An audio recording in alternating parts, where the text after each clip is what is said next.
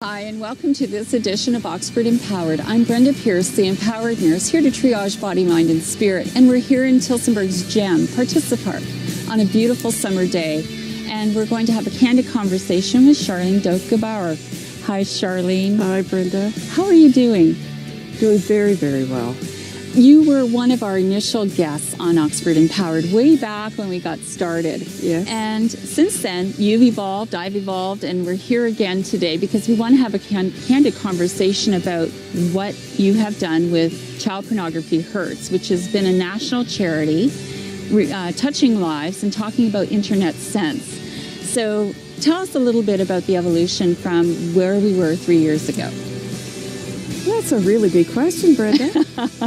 We started in 2014 as Child Pornography Hurts, and we became registered as a charity very, very quickly. Many people believe in this charity. And then in January this year, we changed our name to Internet Sense First, Première Sans Internet, because we are a national charity and we are getting involved in many, many things. Our primary reason is to support child victims of internet predators. And that number is exploding of victims. And we're also proactive in educating the public on how to keep things safe.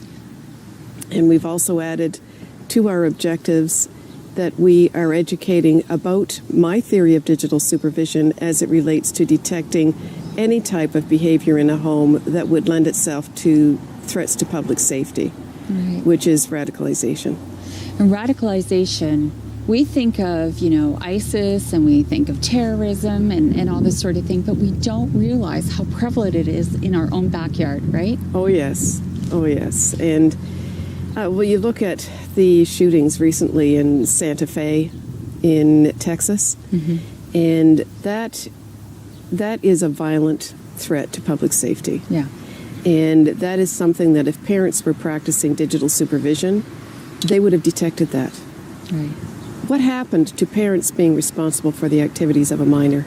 Wow. It's really become a latchkey. We used to talk about the latchkey society where kids were given a key around their neck and they went home by themselves because parents were working.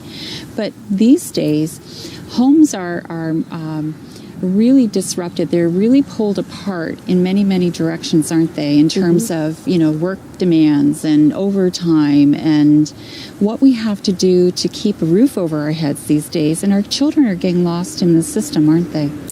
Very much so.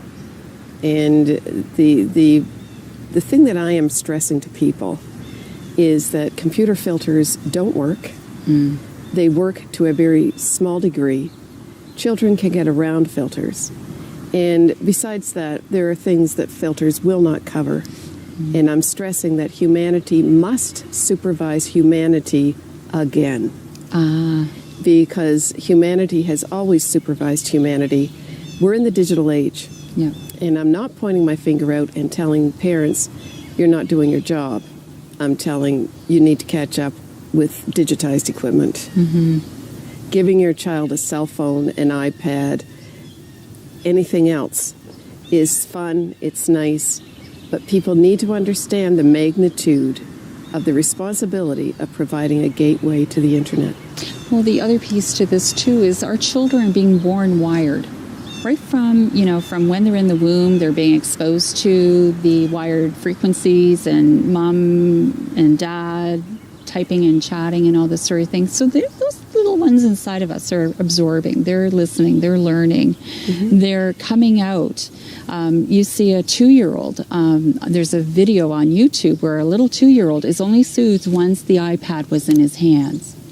So these kids are really coming out wired and exposed to all this wireless technology from a very, very early age.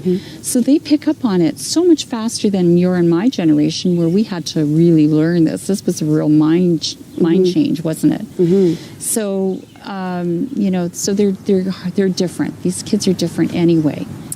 They are to a certain degree. Okay. And I want to emphasize that I am a computer network specialist. And I've managed a network in a high school with 250 workstations.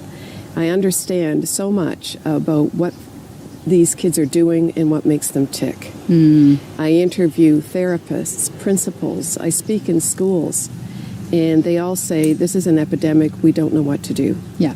Children are addicted to these devices, and parents that are listening need to realize they're addicted too. Yeah. But there are children as young as 6, 7, and 8 that are addicted to pornography, and their parents don't even know.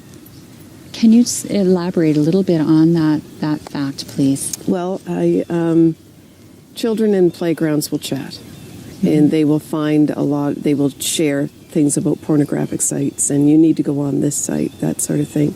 Really? And then I have parents telling me that their child someone said, you want to look at a picture that's really silly. And I look at the parent and I'll say, that's not something a child in a playground would say. Right. That's something, no doubt, a predator would say. Right. So they are chatting on their online games. Their parents are just leaving them alone because the computer is their babysitter.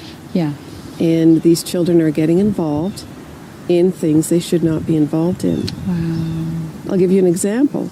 Yes, There please. was a family with a child that was on the internet in the basement all the time. Parents wished that they would be better supervised. And after a while, and this has happened so many times, the child starts stealing from the parents. And then they start getting credit cards. And then when about 5 years later, they find out they're addicted to pornography. Wow. And addiction to pornography is as addicting as cocaine. Wow. So parents need to practice my theory of digital supervision. Oh, yeah. And I have written it in user-friendly terms so that people will understand.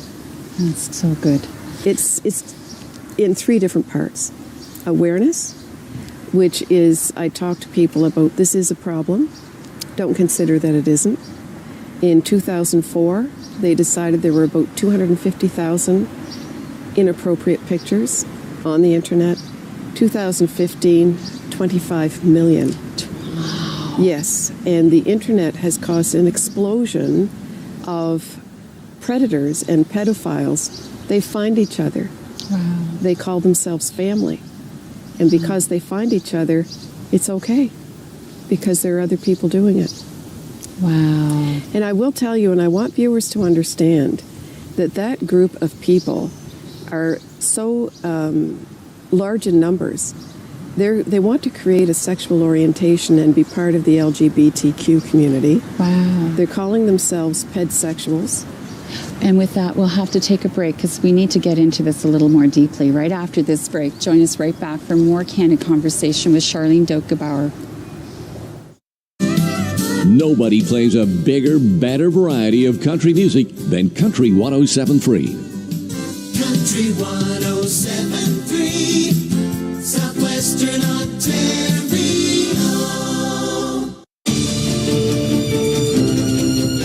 I can be better. I will be better. Sure had fun, didn't you? I feel the need for speed.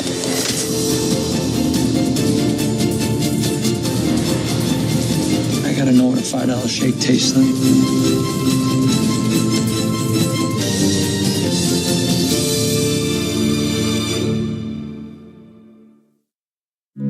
Everybody knows not to drink and drive, but some people still think it's okay to take drugs and drive. Police have the authority, the ability, and the tools to determine if drivers are impaired by legal or illegal drugs. And because drug-impaired drivers can pose just as great a risk as drunk drivers, they face the same penalties, like the loss of their driver's license, a criminal record, fines, and more.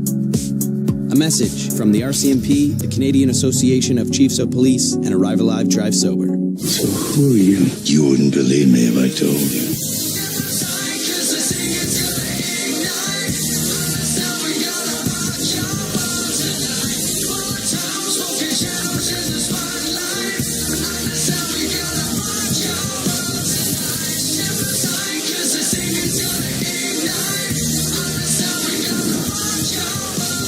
Seems you have a choice. Welcome back, and we're going to be talking more about sexual predators because they're everywhere. They're all age groups too, right? Oh, yes. And they're calling themselves families online. Well, they consider their family, and criminals find each other online because the internet has given them that gateway. Right. So they find each other online, and they communicate, and they start trading pictures. They start possibly causing radicalization, violent acts to other humanity, things like that. But the pedsexual group is, to me, the most offensive. Radicalization as well. But with them, LGBTQ community have my full support. They have choices. They're adults. That's what they want to do. I think that it's great. And we have a member of that community on our board of directors because some LGBTQ people have children, and we support all victims. They're totally insulted that pedsexuals want to be part of their group, at least this member. They have a new logo. It's the Greek omega symbol with a small Greek omega symbol on the inside. Oh, okay. And it's time that the general public realize this is going on and start fighting it. Because as Canadians, have you heard we're all very accepting? Yes. There comes a time when we have to say, enough is enough. Yes. We are not accepting this. So the pedsexual community needs to be put in their place. My theory of digital supervision is in 3 parts.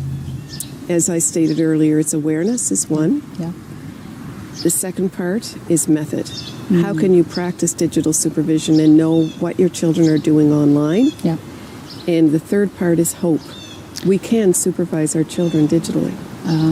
Okay. And with method, I have it in such user-friendly terms and low cost that parents can engage in that. Wow.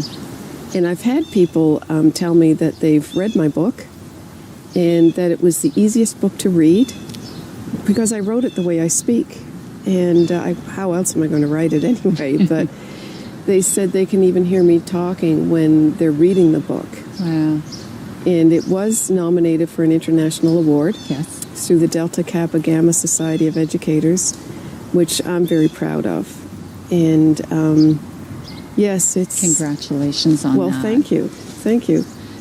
It needs to be more awareness, obviously, and we're doing our small part today, but you do so much more. You do fundraisers, and you do speaking all over the world. Yes. Your book on digital supervision has been picked up by various law enforcement officers as well. Yes. And, Oxford County has to know that we really have a situation here, and for you to step forward from your own personal tragic situation with your niece to where you are right now with helping not only educators, law enforcement, but parents.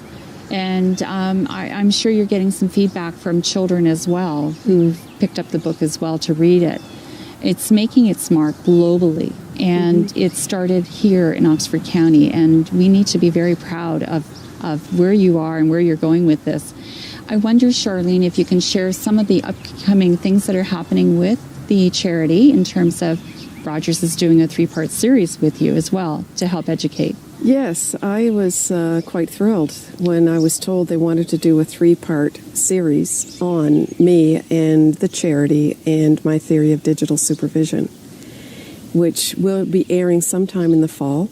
Yeah. We're just gathering up people. In addition to being an author, I'm also a playwright, and I've written a series of scenes about internet safety.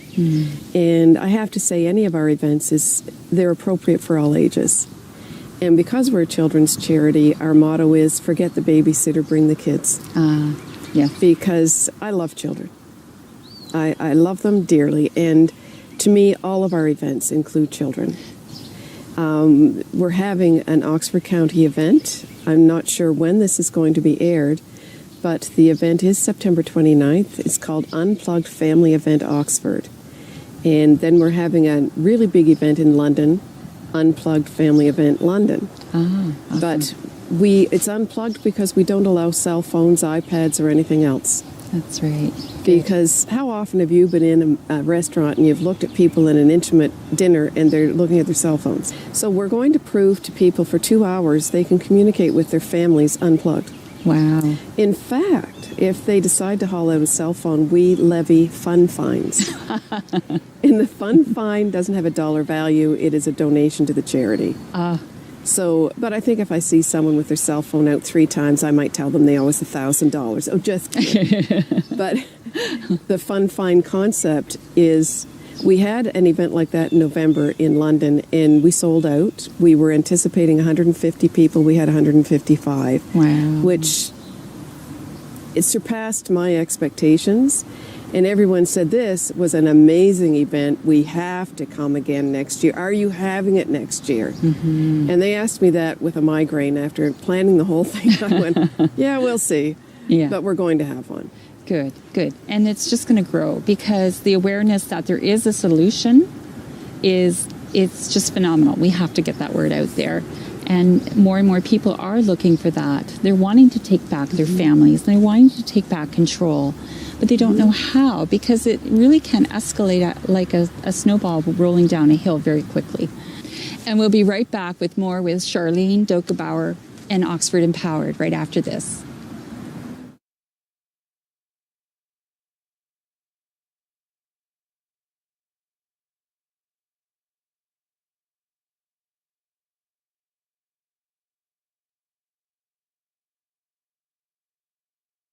Easy 101, starting your day the easy way with John Biggs, 5 till 10 weekday mornings. Favorites of yesterday and today on Easy 101. Easy 101, Southwestern Ontario.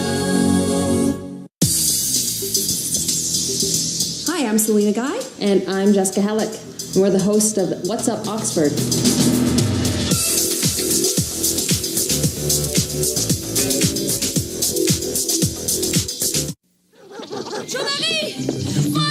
The neighbor's farm is on fire. It's almost to the road. It's heading for us. Help me get the animals out of the barn. The fire's getting closer. I'm on the horse. The house is burning. Get out to the river. Get up. Can't leave everything. Careful. Don't fall. Come on. We have to hurry. Hurry. There's the river. We're going to make it. I can't swim. Yes, you can. Hurry. You must get in. I can't. Watch out for sparks. His hair's on fire. Keep their hair wet. In May 1870, fires raged along the Saguenay River for more than 150 kilometers, destroying land and lives. One family survived by dousing themselves all night against the searing heat. One family, among the thousands whose resourcefulness and courage shaped the character of this land. I find whenever I'm speaking, and I have presented in the United States, Parliament Hill, Iceland, Europe, and India, every country has the same problem. The research I've had, well, our kids know more than we do. Like, what are we going to do? And I look at people, and I'll tell you very specifically, those kids do not know as much as they let on. They know how to text, sext, email, game, and do social media. As a computer programmer, there's not much to that. Right. All parents need to do is get involved in that type of thing and understand and know it better. There's some bells and whistles. You don't need to get into all of that. And when I present, I'm very matter of fact with families that your children know something. Yes, do not let them intimidate you. They use acronyms to intimidate their parents. Don't let that happen. I'll tell you one hint for digital supervision. Yes, please. That I'm very adamant about is that the parents put the computer router in the parental bedroom. They turn it off at night, and then the children cannot turn it back on. Now, the reason for that is twofold. Number one, you have control over it. And number two, you're telling your children that you are in charge. Yes. To leave the router downstairs where the children can turn it on whenever they want to, that is giving them full control. Right. Parents need to take it back. And a third reason why you can parents need to turn it off at night is to give the home calmness. Yes. From the erratic frequencies that are floating And around. the Wi-Fi. Yeah. The Wi-Fi is there because it's in the air. Yeah. Hello, people. Yeah. That's electronics. And you see, and you turn the router off at night. If it's in the parental bedroom, the electronics are all off. Right. It makes a tremendous difference in just that psychological message. We pay for it. We are in control of it. You are not. Yeah. Yeah. Yeah. That's a very, very key point and very pivotal to It is. access. So we need to get our children back. Yeah, we do. And I'll show you. I have a plaque here. And this is research. This generation is being exposed to more questionable material, videos, pictures, than any generation in the history of the world. Truly, they are desensitized in so many Totally avenues. desensitized. And when I say children are addicted to these devices, they're addicted to pornography. Yeah. They're getting snuff films. They're getting violent behaviors. Mm-hmm. It's so accessible, and parents need to say, we're not letting you do this anymore. Right. We are going to be looking after you and telling you. Parents, I also tell them to start playing video games with your children the way we've played board games and card games. Right. Because that's where you teach your children how to communicate. Right. And then you will find out how your children are communicating online. Maybe they are the cyberbully. Mm-hmm. Maybe they are fighting with inner feelings that don't show at any time. Right. How can you be proactive as a parent without knowing what they're doing? Rules of the road help everyone avoid collisions on the water. As a powerboater, you must give way to all paddlecraft and sailboats under sail. And when operating near a paddlecraft, slow down and mind your wake. In a small motorboat, always be on watch for larger vessels. It is harder for them to see you. Stay off the water in reduced visibility, when it will be more difficult to navigate and to be seen. Send them home. Get rid of them. Gentlemen, please. And so, this organ, which I regret I cannot name because of the presence of these members of the weaker sex, who, although they are married, could not possibly endure... Get them out. Patience, Ginny. Patience. Get them out. Dr. McFarlane! Mrs. Trout. There's no place for women in a medical school. If you do not bring this classroom under control, I am going to repeat every word of this disgusting lecture to your charming wife. My friend Jenny Trout was not the only woman to face this kind of thing in medical school. But she would become the first woman licensed to practice medicine in Canada. Really, honestly. And, there's a correlation, and I've seen it. This is, as our children have become more hardwired, there's actually been an increase in suicides. Yes, and I'm glad you brought that up. A lot of that is because kids have put things online that embarrasses them. Yeah. And the biggest thing are self-exploitive pictures. Girls are no longer just flirting with boys and winking. They're sending nudes of their nude body to the boys. And boys are actually becoming so addicted to pornography, they have erectile dysfunction. Oh, wow. So it's becoming quite a process, and the girls call it sex before kissing. Wow. Because of the boys being on the pornography sites and being able to function with a live human being. Right. These pictures, these videos are not real. They are actors. And unfortunately, they play on the weaknesses of the human being. Wow. So the studies show that in one school of 1,000, it takes about an hour for one picture to circulate throughout the entire student body. 1 hour. 1 hour. Wow. You talk about going viral. This is totally In fact, the OPP, I was just at a session, had a joint, was speaking to police, parole, corrections officers as a keynote speaker in Windsor. And they said, the OPP said, one picture will take about 90 seconds to circulate the world. Wow. Because of so many servers and so many connections. And the dark web. Yeah. We can't forget that there is this other side to the internet that is really totally horrible. Yes. Like, even if the surface is bad enough, the dark web is something that the kids are dipping into. Yes. Yeah. And I've had parents tell me, oh, my son is on the browser that gets him into the dark web. He told me he's just curious. And I looked and I said, number one, I'd question why he would be curious. Yeah. And number two, he is communicating with the worst of the worst in the world. Wow. And don't ever forget that a computer connection works two ways. So if you're giving information out, they are coming in and can get on things on your computer. Right. And the parents are held liable for whatever happens through their children online. They are and they're not. Ah, okay. Okay, if it's child pornography, the parents are talked to by the police and they're told, you are not supervising your children well enough. And you are in possession of child pornography. So that if your child is 8 years old and they take a picture of the genitalia, you are now in possession. Wow. You should be checking all of the devices. And parents will say, oh, but I'm worried about their privacy. And I'm like, what? I wouldn't be worried about their privacy if I might go to jail. Hello. Yeah. You know? Yeah.